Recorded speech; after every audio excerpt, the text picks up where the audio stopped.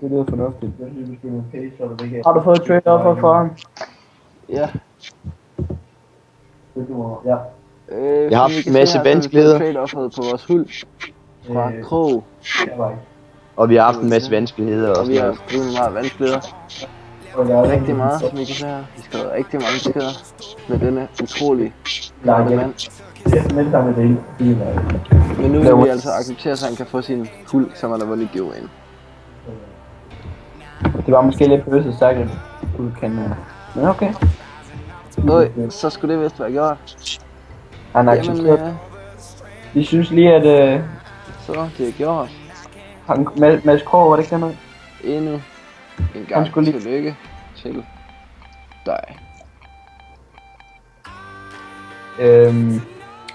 Kunne han ikke lige lægge et billede ud, når han har modtaget Jo, og så har vi lige en opfordring til dig, når du ser den her video. Læg et billede ud af ham, fordi så vil du blive rigtig glad. Rigtig glad. Skal vi sige noget om vores næste giveaway? Vi gerne vil høre jeres meninger i det opslag, vi har slået op for en lille time siden, tror jeg. Ja, som I kan se lige her, har jeg lige fundet det frem. Men det må gerne være realistiske bud. Vi har ikke 2 millioner coins. Som I kan se, har vi kun 34.000, men vi kan selvfølgelig spille vores egne penge i kassen, hvis det er. Det er jo det, vi kan. Så skriv i kommentaren.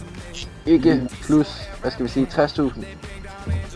Ja, under 60 vil vi gerne. Og det må gerne være flere spillere. Er det sådan, du siger? Ja. Jamen, så vil vi sige tak for denne gang.